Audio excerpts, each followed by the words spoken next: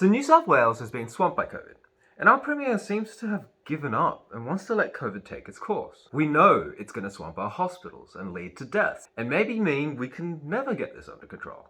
But what if I told you there's a country that's beaten COVID back many times, even before the vaccine, without lockdowns, consistently?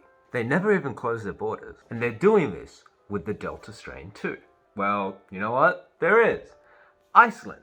So how is Iceland, the country anti-vaxxers said was proof that vaccinations don't work, beating COVID? Number one, by testing everyone, even asymptomatic people, and then two, by getting people to isolate. Not just people in their households, but close contacts, and then following up on them regularly to make sure they've been isolated. So why does this work?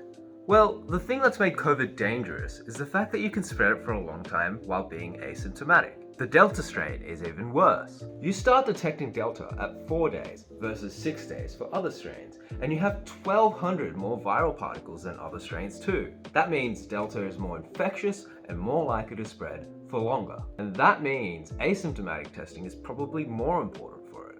But our health minister seems to want to stop people from getting tested. Probably because the time to get tests back is getting too long. But yeah, I'm not sure we're going the right way with that. But we've got 10 times more people than Iceland. So how can New South Wales do what Iceland did, despite having a much larger population? By doing something no one has yet: rapid antigen testing. PCR testing measured by labs is resource and time intensive. Sydney spent over $500 million on PCR tests in the first month of this outbreak. It's been a month since, and testing numbers have gone up even higher. Labs charge between $60 to $120 per test. A rapid antigen test costs $5 to $10. You don't have to create mass testing hubs and get cars to line up for hours too. You can mail these out. Yes, it's true, they're less sensitive, meaning you'll miss more cases, but you'll also be able to test 10, 20, maybe 30 times more people at the same cost. This is not meant for diagnostic purposes, it's meant for screening. Statistically speaking, you're definitely 100% gonna get more cases that way. We may even save money doing this. Now, we do still need highly accurate, reliable, the good old PCR tests, but we can save these for people who've had huge exposure, their household contacts, and people who work in hospitals. Give out rapid antigen tests to everyone who needs or wants to work, people in high-risk areas. And if you're still symptomatic, confirm this with the PCR, and we're halfway there. The next thing that's also really important is that we follow up with them. Yes, that is a lot of effort. But first off, we know this works, not just from Iceland. Early on in the pandemic, Italy tested 3,300 people.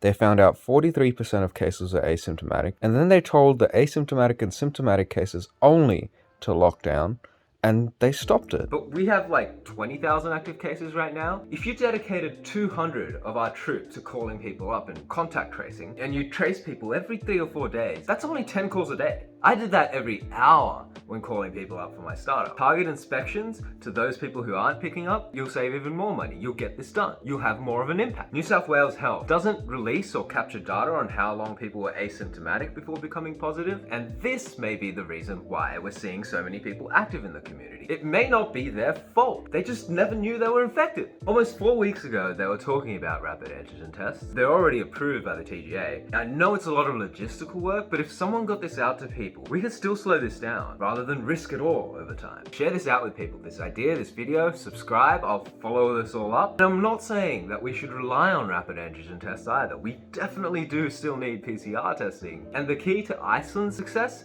is that they follow up and get people who are exposed to isolate too. The only restrictions that Iceland's ever imposed has been to outside travelers. They did this recently. Their strategy has worked so well for them. They literally have had open borders this whole time. I don't know about you, but I want to fish. I want to get back to med school knowing I'm safe. I'm sure you guys want to work, go out, have fun too. Comment your thoughts, like, subscribe, and share, and let me know what else I should talk about next time.